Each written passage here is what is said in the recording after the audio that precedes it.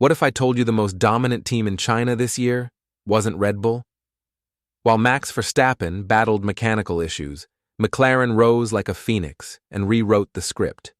This is the shocking story of the 2025 Chinese Grand Prix, and why it might change the title fight forever. The Shanghai International Circuit returned to the F1 calendar with a bang.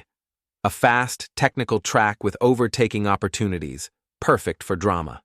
Heading into the weekend, all eyes were on Verstappen and Red Bull, but few predicted what was about to unfold. The sprint race shook things up. Lewis Hamilton, now racing for Ferrari, took a sensational sprint win, his first victory in scarlet. Verstappen? He struggled with setup issues, finishing a distant third. Meanwhile, McLaren's Oscar Piastri sent a warning shot, fast, confident, and aggressive. Then came qualifying. Piastri stunned the paddock by grabbing his first-ever pole position. Verstappen could only manage fourth. The McLarens were flying, with Lando Norris right behind in P3. This wasn't just one good lap. This was real pace. As the lights went out, Piastri nailed the start and kept the lead. Norris quickly dispatched George Russell and slotted into P2. Verstappen? He got stuck behind traffic, unable to unleash the full potential of his RB21. Halfway through, the race took another twist. Norris started having brake issues, but instead of crumbling, he adapted his style, defending with precision.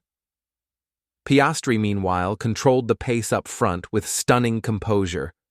Red Bull's strategy? Not enough. Verstappen couldn't catch the McLarens. Post-race chaos hit Ferrari hard. Hamilton was disqualified for excessive skid wear. Leclerc, too, for being underweight. Alpine's Gasly was also thrown out. Suddenly, the final standings were reshuffled, giving McLaren even more breathing room, and Verstappen a slight points gain despite his struggles. Post-race chaos hit Ferrari hard. Hamilton was disqualified for excessive skid wear. Leclerc, too, for being underweight. Alpine's Gasly was also thrown out.